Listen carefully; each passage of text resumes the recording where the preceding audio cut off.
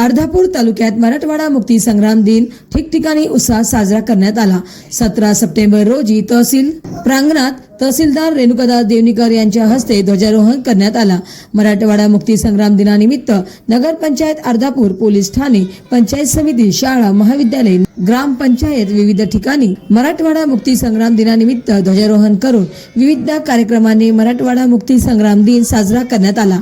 यावेळी नायब तहसीलदार शिवाजी जोगदंड, सुनील माचेवार, सूर्यकांत जायभाये, पंचायत समितीचे गट विकास अधिकारी DS कदम, शहर अध्यक्ष छत्रपती कानोडे, सहाय्यक पोलीस निरीक्षक गोविंद भोसले, मंडळ अधिकारी महेश वाकडे रेड्डी, तलाठी उज्ज्वला वानखेडे, RM सूर्यवंशी, बालाजी माटे, शेख शेफोद्दीन, पंचायत समितीचे विस्तार अधिकारी VM मुंडकर, सहाय्यक प्रशासक अधिकारी SM Kawale, SM Baradkar, PP Mhaske, doctor SP Gokhale, doctor Vishal Langde, सहाय्यक पोलीस निरीक्षक गोविंद भोसले यांच्यासह विविध विभागातील अधिकारी, पक्षाचे पदाधिकारी व नागरिक मोठ्या संख्येने उपस्थित होते।